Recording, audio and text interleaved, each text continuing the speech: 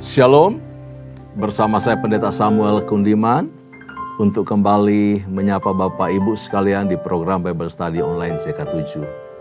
Hari ini kita akan membahas Markus pasal yang ke-12. Seperti yang telah kita pelajari dari Markus pasal yang ke-11 mengenai bagaimana Yesus masuk Yerusalem, kemudian Yesus menyucikan bait Allah, lalu dia mengutuk pohon ara, dan kemudian itu menjadi suatu perumpamaan yang sangat luar biasa.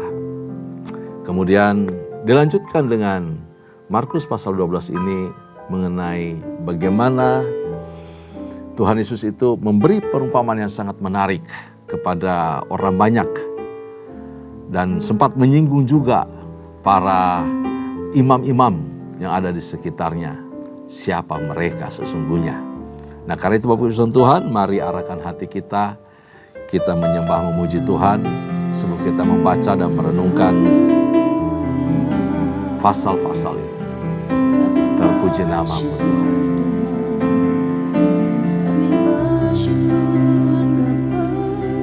Terima kasih.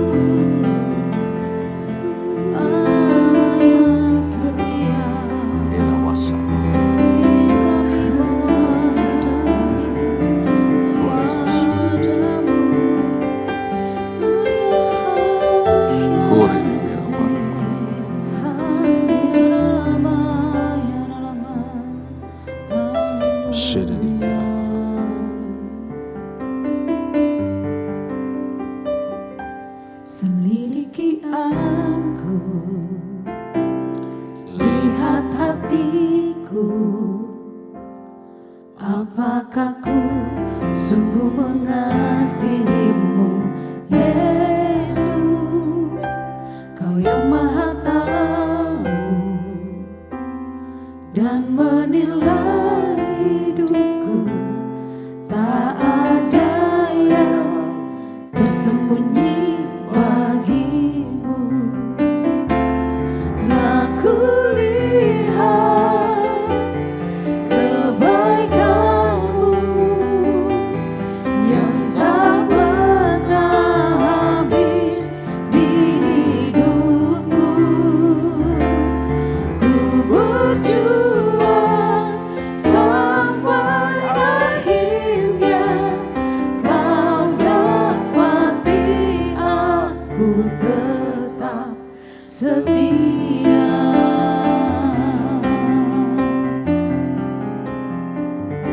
Selidiki aku, lihat hatiku, apakah ku sungguh mengasihimu, Yesus, Kau yang Maha Tahu dan menilai hidupku, tak ada yang tersembunyi bagimu.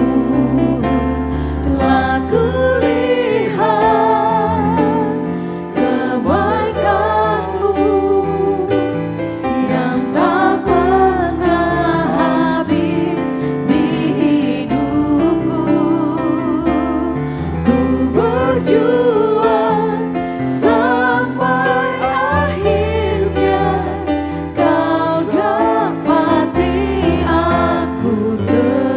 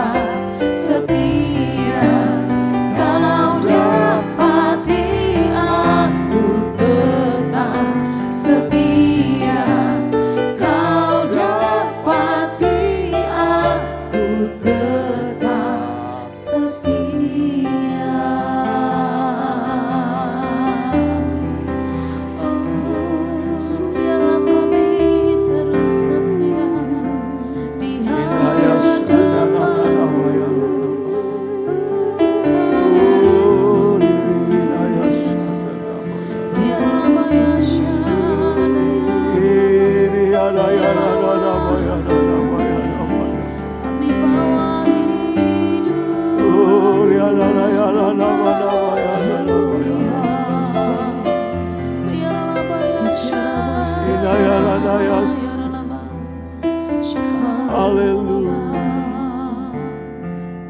Haleluya.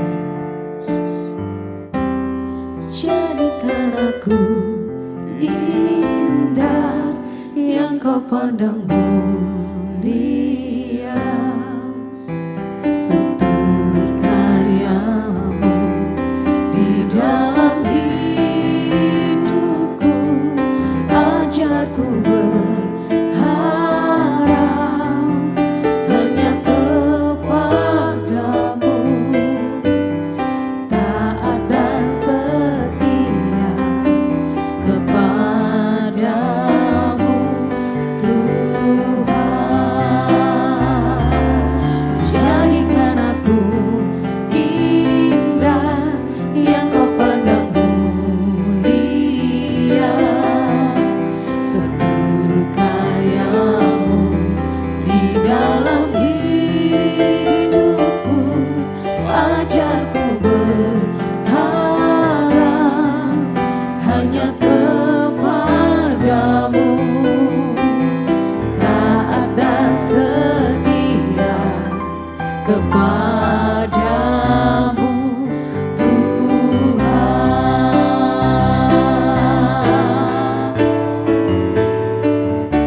Jadikan aku indah yang kau pandang mulia, seturut karyamu di dalam hidupku. Ajarku berharap hanya kepadamu, taat dan setia kepadamu Tuhan. Jadikan aku indah yang kau pandang mulia, seturut karyamu di dalam hidupku. Ajarku berharap hanya kepadamu, taat dan setia kepadamu Tuhan. Taat dan setia kepadamu Tuhan. Taat dan setia kepadamu Tuhan.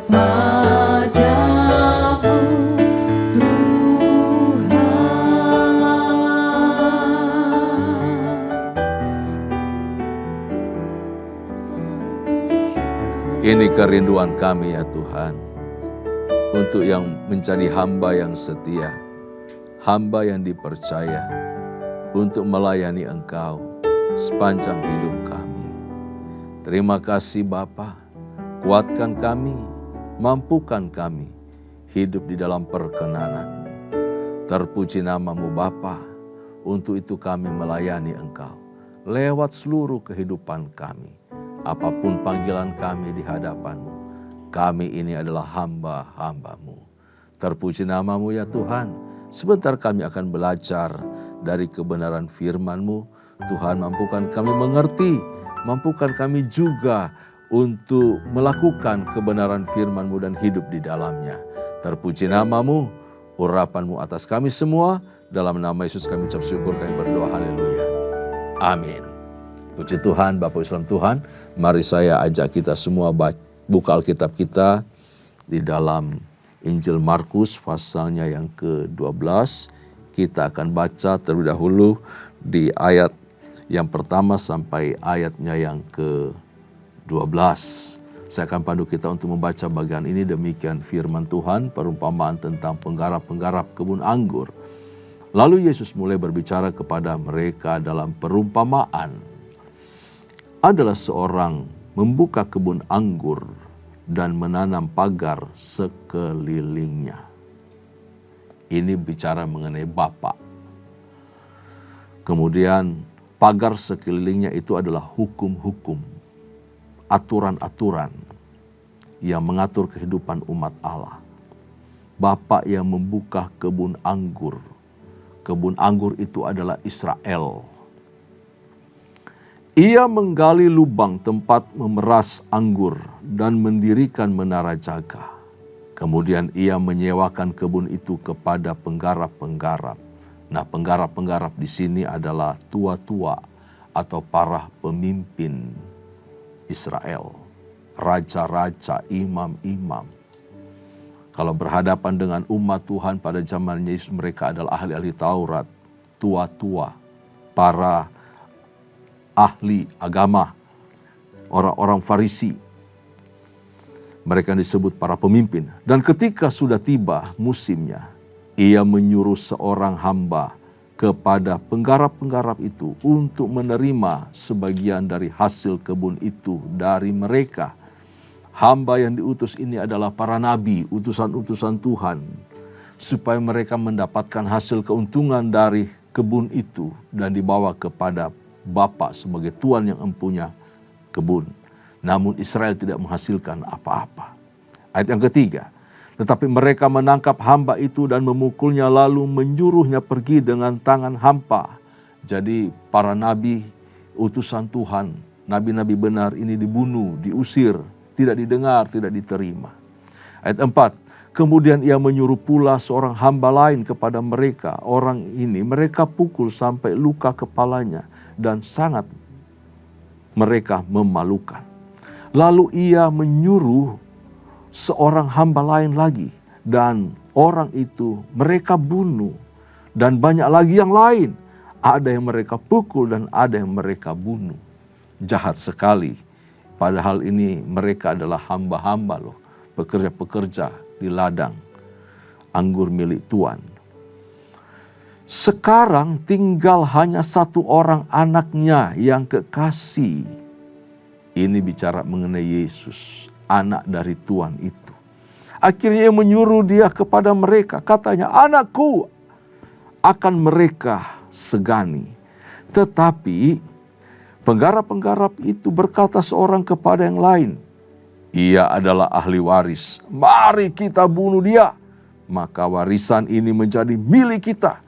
Mereka menangkapnya dan membunuhnya. Lalu melemparnya keluar kebun anggur itu. Karena itu Yesus disebut dibawa keluar Yerusalem. Lalu dihukum mati di sana. Di luar dari kebun anggur. Ayat 9, sekarang apa yang akan dilakukan oleh tuan kebun anggur itu? Ia akan datang dan membinasakan penggarap-penggarap itu. Lalu mempercayakan kebun anggur itu kepada orang-orang lain. Tidak pernahkah kamu membaca nas ini? Batu yang dibuang oleh tukang-tukang bangunan telah menjadi batu penjuru. Hal itu terjadi dari pihak Tuhan, suatu perbuatan ajaib di mata kita. Lalu mereka berusaha untuk menangkap Yesus karena mereka tahu bahwa mereka lah yang dimaksudkannya dengan perumpamaan itu. Tetapi mereka takut kepada orang banyak, jadi mereka pergi dan membiarkan dia. Bapak Tuhan Tuhan berkali-kali mereka ingin membinasakan Yesus, tetapi mereka takut karena orang banyak menyukai Yesus, menyukai pengajarannya. Luar biasa. Para pemimpin tadi dibinasakan untuk menggenapi nubuat Tuhan juga, Tuhan Yesus juga, bahwa Yerusalem akan diruntuhkan, dan itu terjadi pada tahun 70 ketika Yerusalem dihancurkan dan banyak orang, banyak para imam mati dibunuh saat itu. Bapak Ibu salam Tuhan, perumpamaan ini menunjukkan kesalahan Israel. Mereka telah menjadikan kerajaan Allah sebagai milik pribadi, bukan bertanggung jawab kepada Allah dan membiarkan Allah bekerja leluasa. Tetapi mereka memimpin, mereka memerintah, mereka mengatur seolah-olah Israel adalah milik mereka sendiri. Mereka tidak mau tidak mau berterima kasih kepada Tuhan. Mereka memandang rendah firman, mereka memandang rendah nubuat yang disampaikan oleh para nabi. Mereka juga bahkan menolak para nabi yang datang, membunuh dikatakan tadi di sini. Dan mereka menolak menaati anak Allah. Mereka menolak hadirnya Mesias. Mereka tidak terima Mesias yang Allah telah berikan kepada mereka. Nah, banyak umat Tuhan juga menunjukkan sikap yang sama seperti para imam, para penggarap-penggarap tanah yang jahat itu, para buru-buru pekerja-pekerja itu.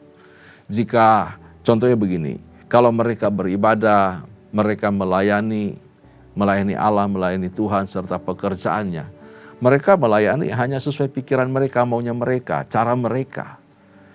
Mereka melayani sekehendak hati mereka. Ya, mereka menolak otoritas firman. Mereka menolak untuk dipimpin Roh Kudus yang melaluinya para imam itu dipimpin, diarahkan. Mereka menolak suara para pemimpin. Mereka menolak pesan, nasihat para pemimpin. Padahal para pemimpin itu sudah dipimpin oleh Roh Kudus juga. Nah, karena itu mari jadi hamba-hamba, jadi pelayan-pelayan yang mau diarahkan, mau dituntun. Kita punya gembala sidang atau gembala pembina, kita ada gembala gereja lokal, kita ada para wagem di sana, PLT.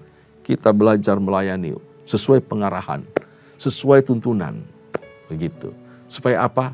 Apa yang kita lakukan berkenan sama Tuhan.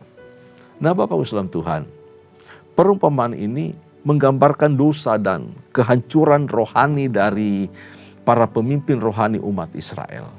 Kepada para ahli Taurat, kepada tua-tua Yahudi, Yesus itu memberikan pesan melalui perumpamaan itu, bahwa bagaimana Allah akan mengesampingkan mereka, akan menyingkirkan mereka, dan kemudian mempersiapkan suatu umat yang baru, umat yang layak bagi Tuhan. Yang melalui umat ini mereka dapat melayani Tuhan dan mewujudkan maksud atau kehendak Allah bagi dunia ini, yaitu gereja. Umat yang disiapkan oleh Allah adalah gereja itu sendiri. Melalui gereja maka kabar sukacita, kabar baik, kabar keselamatan, yaitu Injil Kerajaan Allah akan dibawa ke segala bangsa. Melalui gereja semua bangsa umat manusia mengenal Allah. Amin. Mengenal maksud dan kehendak Allah dan hidup di dalam kerajaan Allah. Melalui gereja, Allah akan menghadirkan dan menegakkan kerajaannya di muka bumi. Artinya maksud dan kehendak Allah dinyatakan di muka bumi. Ini sama seperti yang diutarakan di dalam Mazmur 118 ayat 22 sampai 23. Kemudian Yesus mengutip Mazmur itu. Tadi yang kita baca di ayat 10 sampai ayat yang ke-11. Batu yang dibuang oleh tukang-tukang bangunan telah menjadi batu penjuru. Kristus adalah batu yang dibuang oleh Israel. Tetapi kini batu itu menjadi batu penjuru dari umat Allah. Yaitu umat yang baru. Gereja Tuhan. Gereja Tuhan akan menjadikan Kristus sebagai batu penjuru, pedoman, patokan, arah, dasar yang kuat. Nah, ayat 13 sampai ayat yang ke-17 kita baca bagian ini tentang membayar pajak. Kemudian disuruh beberapa orang Farisi dan Herodian kepada Yesus untuk menjerat dia dengan suatu pertanyaan. Orang-orang itu datang dan berkata kepadanya, "Guru, kami tahu engkau adalah seorang yang jujur dan engkau tidak takut kepada siapapun juga, sebab engkau tidak mencari muka melainkan dengan jujur mengajar jalan Allah dengan segala kejujuran. Apakah diperbolehkan membayar pajak kepada kaisar atau tidak? Haruskah kami bayar atau tidak?" Tetapi Yesus mengetahui kemunafikan mereka, lalu berkata kepada mereka, "Mengapa kamu mencobai aku? Bawalah kemari suatu dinar, supaya kulihat." Lalu mereka bawa. Maka ia bertanya kepada mereka, "Gambar dan tulisan siapakah ini?" Jawab mereka, "Gambar dan tulisan Kaisar." Lalu kata Yesus kepada mereka, "Berikanlah kepada Kaisar apa yang wajib kamu berikan kepada Kaisar, dan kepada Allah apa yang wajib kamu berikan kepada Allah." Mereka sangat heran mendengar dia. Hendak puas dengan peristiwa di atas, tersinggung dan tidak berani buat apa-apa. Lalu mereka mengutus lagi para imam, mengutus orang-orang dikatakan di sini orang-orang Farisi dan Herodian kepada Yesus untuk mencobai dia lagi. Bapak Islam Tuhan, ini tujuannya untuk menjerat Yesus dengan pertanyaan mengenai pajak kepada kaisar. Tetapi Yesus membungkam mereka sehingga kelompok Farisi dan Herodian yang sebenarnya mereka berseberangan pendapat, berseberangan teologi, ya, mereka dibungkam juga oleh Yesus dan mereka dikatakan sini terheran-heran. Bapak Islam Tuhan, mereka bekerja sama untuk melawan Yesus. Orang Farisi itu mementingkan hal-hal yang kecil, lalu dijadikan pedoman. Hal-hal yang kecil yang berkenaan dengan kehidupan bangsa Israel atau bangsa Yahudi. Nah, kalau Yesus berkata, ya sah-sah saja menurut hukum untuk kamu membayar pajak kepada kaisar. Wah, orang Farisi ini akan menghasut orang banyak untuk melawan Yesus. Kenapa? Karena ini tidak sesuai dengan hukum Taurat. Tidak boleh umat dibebani pajak, membayar kemudian kepada orang kafir.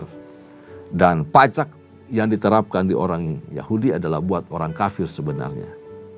Nah, mana bisa umat membayar pajak seperti itu. Jadi sebaliknya, kalau orang-orang Herodian itu sebagai pendukung Romawi, ini orang Herodian, salah satu pengikut, mereka adalah pengikut Herodes ya. Mereka adalah pendukung Romawi. Mereka akan melakukan penghasutan kepada orang banyak dan untuk melawan Yesus. Jika Yesus itu melarang orang-orang untuk membayar pajak. Jadi hati mereka itu penuh kelicikan dan kepura-puraan. Lalu kemudian hal itu disembunyikan melalui pujian kepada Yesus tadi. Wah, diagung-agungkan dulu. Dipuji-puji dulu, guru, kami tahu engkau adalah seorang yang jujur.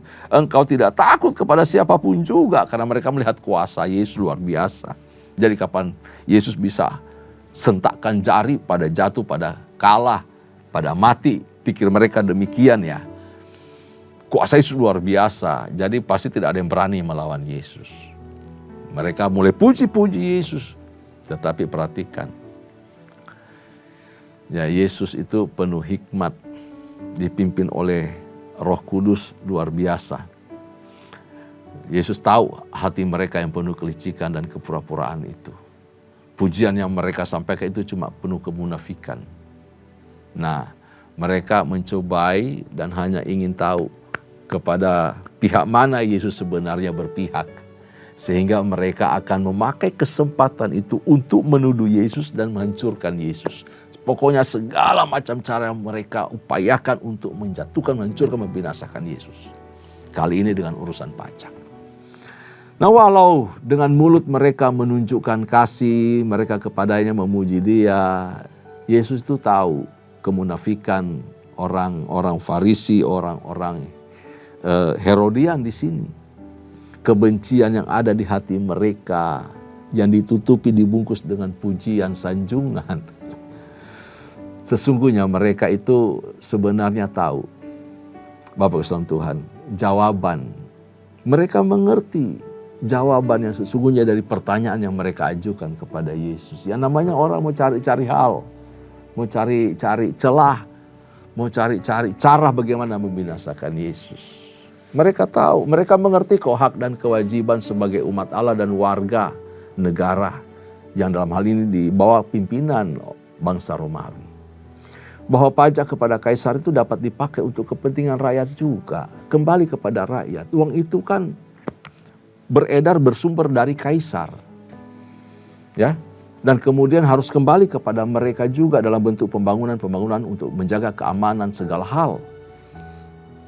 Nah, jadi Yesus di sini sekaligus mengingatkan mereka. Sebenarnya supaya mereka tidak lupa bahwa mereka itu umat Allah dan juga hidup di dalam suatu pemerintahan dari bangsa yang lain. Yesus sedang mengacu kepada perumpamaan yang baru saja ia ceritakan di atas. di perumpamaan tentang penggarap-penggarap kebun anggur. Bahwa sesungguhnya kamu itu lalai kepada Tuhan. Karena perumpamaan di atas itu mengecam sikap perilaku mereka terhadap Allah. Mereka itu tidak pernah mengembalikan hasil kepada Tuhan sebagai pemilik kebun anggur. Mereka tidak punya kasih kepada sesama. Dan mereka tidak pernah mengembalikan kemuliaan. Tidak mereka beri kemuliaan itu kepada Allah. Karena itu mengenai berikan kepada Kaisar apa yang pantas dan layak kepada Kaisar. Dan berikan kepada Allah apa menjadi hak milik Allah. Yesus sedang menegur mereka. Kamu itu tidak taat kepada pemerintah, tapi kamu juga tidak taat kepada Allah. Kembali lagi kepada perumpamaan di ayat pertama sampai ayat yang ke-12 itu. Mereka terus tersinggung. Mereka dibuat tambah tersinggung oleh Yesus. Dari perumpamaan pertama sudah tersinggung, mereka marah dan ingin membinasakan Yesus. Begitu masuk ke pertanyaan mencoba Yesus dengan hal pajak, mereka disinggung Yesus lagi di situ. Tambah luka mereka, tambah habis, tambah tidak berdaya. Bahwa mereka adalah orang-orang atau umat yang tidak menghormati Allah. Tidak pernah mengembalikan apa yang menjadi milik Allah. Itu berarti mereka tidak punya kasih kepada sesama. Bapak Ibu Tuhan. Ini pertanyaan menarik bagi kita sebagai warga negara. Kita juga punya kewajiban di dalam banyak hal untuk mentaati hukum-hukum warga negara. Hukum pemerintah tetapkan bagi kita untuk kehidupan baik kita di negeri ini. Tetapi sebagai umat Allah kita juga punya kewajiban untuk mengasihi Allah dengan semua apa yang kita miliki. Ingat, apa yang kita miliki adalah pemberian Allah, itu anugerah dari Tuhan. Tuhan punya hak penuh atas berkat-berkat itu. Tapi Tuhan membiarkan kita untuk mengelola. Sebab itu jangan lupa Tuhan. Jangan lupa memberkati pekerjaan Tuhan. Jangan lupa memberkati sesama. Jangan lupa orang lain. Jangan lupa untuk berlaku adil dalam hidup. Selagi anugerah masih Tuhan percayakan kepada kita. Mari kita lompat di perikop yang terakhir. Karena hampir semua perikop-perikop ini isinya sama dengan di Injil Matius. Kita lompat di perikop terakhir, ayat 41. Persembahan seorang janda miskin. Kita baca, pada suatu kali Yesus duduk menghadapi peti persembahan dan memperhatikan bagaimana orang banyak memasukkan uang ke dalam peti itu. Banyak orang kaya memberi jumlah yang besar, lalu datanglah seorang janda yang miskin. Dan ia memasukkan 2 peser, yaitu 1 duit.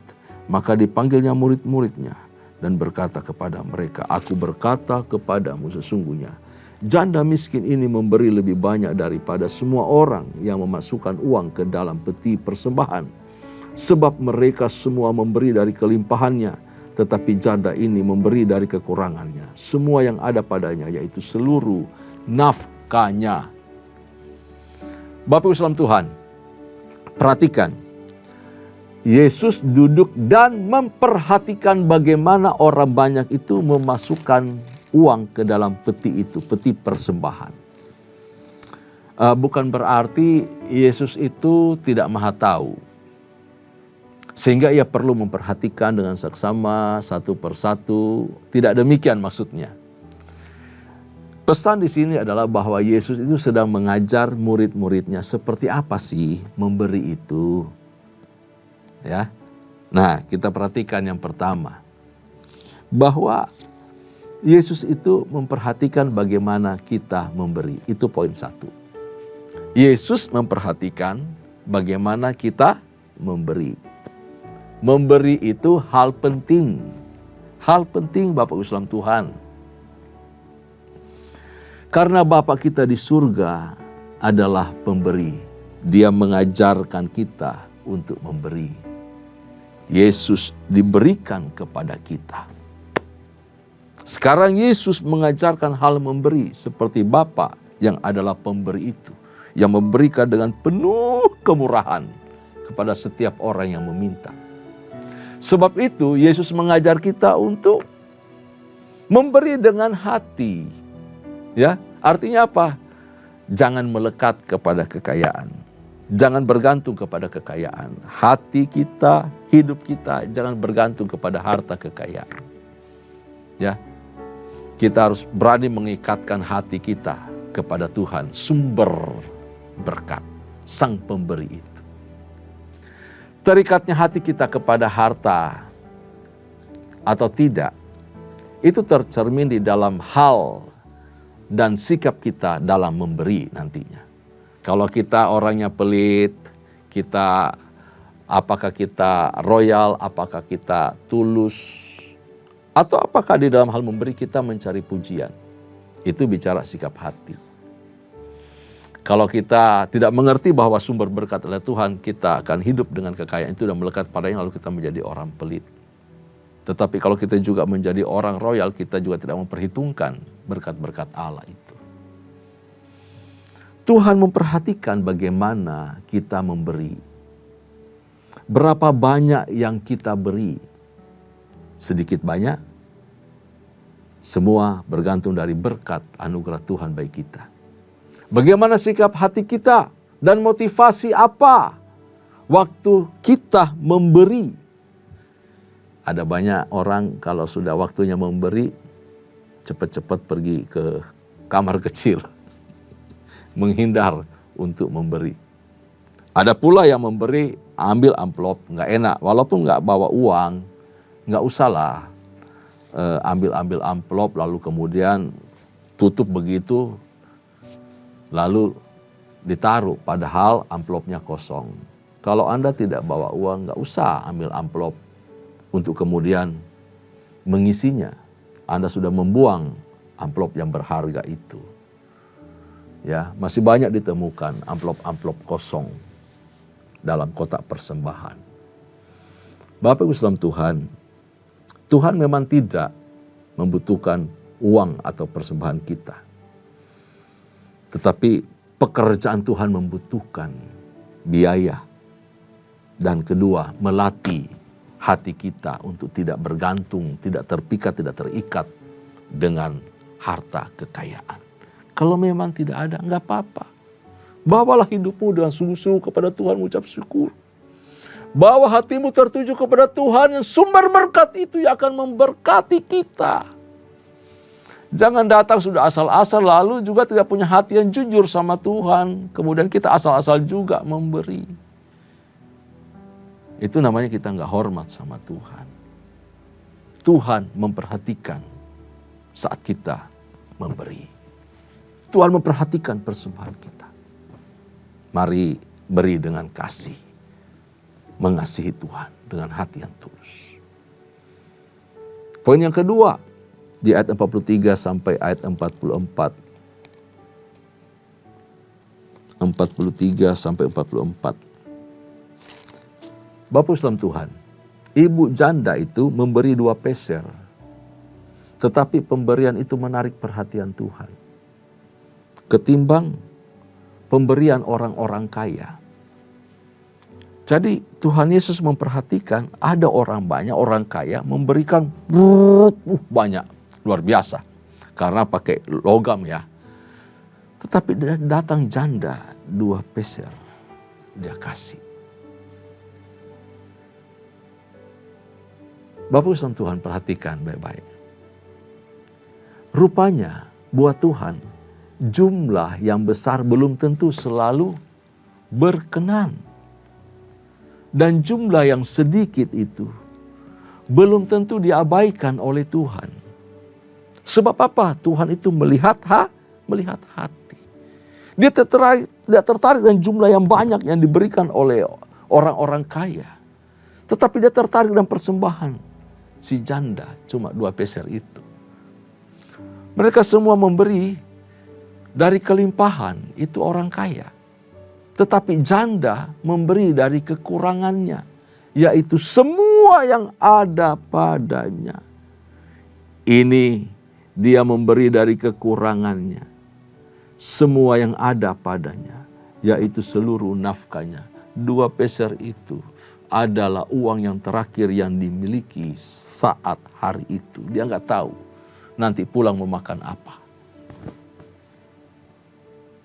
Sama seperti kita zaman sekarang, ketika kasih persembahan, dia nggak tahu saya mau pulang naik apa, jalan kaki.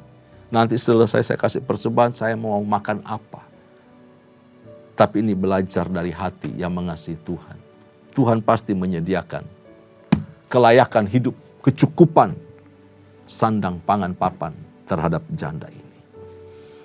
Jadi jika kita mau dengan persembahan kita memikat hati Allah, kasihlah yang tulus, kasihlah yang dengan segenap hati, berilah yang berkenan kepada Tuhan.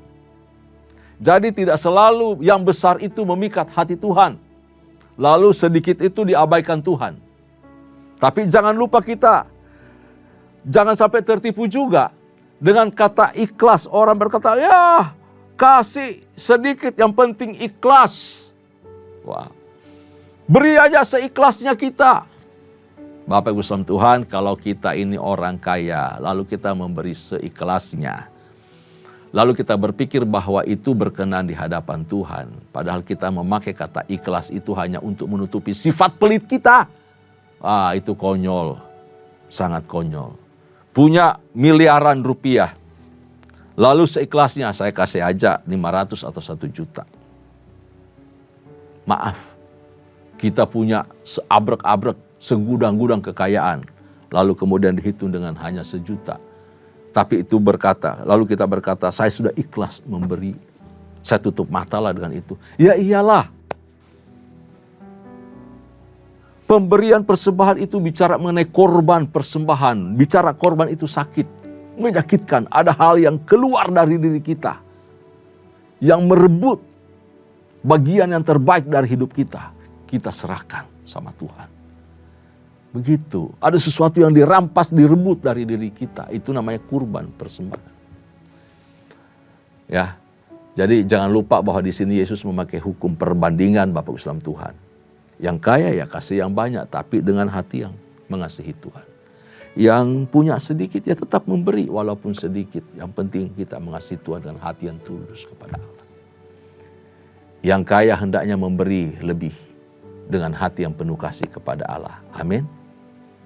Tetapi yang miskin juga memberi sesuai dengan takaran kasih karunia yang dimilikinya. Sesuai dengan kemampuan yang telah Tuhan percayakan kepadanya. Dengan hati yang mengasihi Tuhan dan mengucap syukur, Tuhan pasti memberkati kita dengan limpahnya. Selamat memberi, selamat melayani Tuhan, selamat mengasihi Dia. Tuhan Yesus memberkati kita. Amin. Kami mengucap syukur untuk hari ini. Anugerah-Mu melimpah atas kami semua. Terpuji nama-Mu ya Tuhan. Lewat firman yang kami pelajari hari ini, Engkau mengajarkan kami untuk mengasihi Tuhan dari semua kepercayaan telah Tuhan berikan kepada kami. Kami belajar mengasihi Engkau. Dari kekayaan berkat yang Tuhan percayakan kepada kami kembalikan untuk hormat kemuliaan bagi nama-Mu. Tuntun ajar kami jadi umat-umat yang mengasihi Tuhan. Umat yang tunduk kepada hukum di mana kami tinggal, kami berada sampai saat ini. Berkati bangsa kami, berkati negeri kami, berkati pemerintah kami, berkati para pemimpin kami.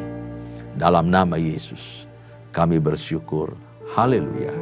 Kekasih-kasih Tuhan arahkan hatimu di hadapan Allah dan terimalah anugerah serta berkat yang melimpah dari Allah Bapa, kasih sayang dalam Kristus Yesus Tuhan, serta persekutuan yang manis dengan Allah Roh Kudus menyertai kita.